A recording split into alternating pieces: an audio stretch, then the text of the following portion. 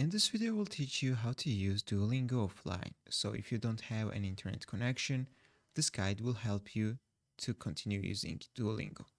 So first of all, you need to get the Duolingo Plus because offline lessons are only available with the paid subscription. Then, if you don't have the latest version of the app, you need to update your app. So make sure that you are using the latest version of the Duolingo. Then you need to download the lessons beforehand.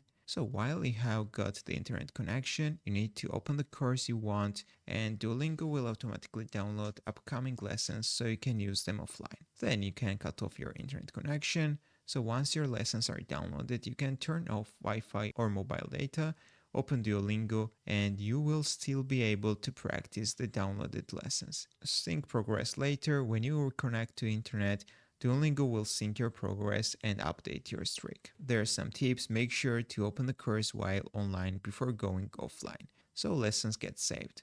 Not all lessons may be available offline at once. It usually downloads the next few in advance.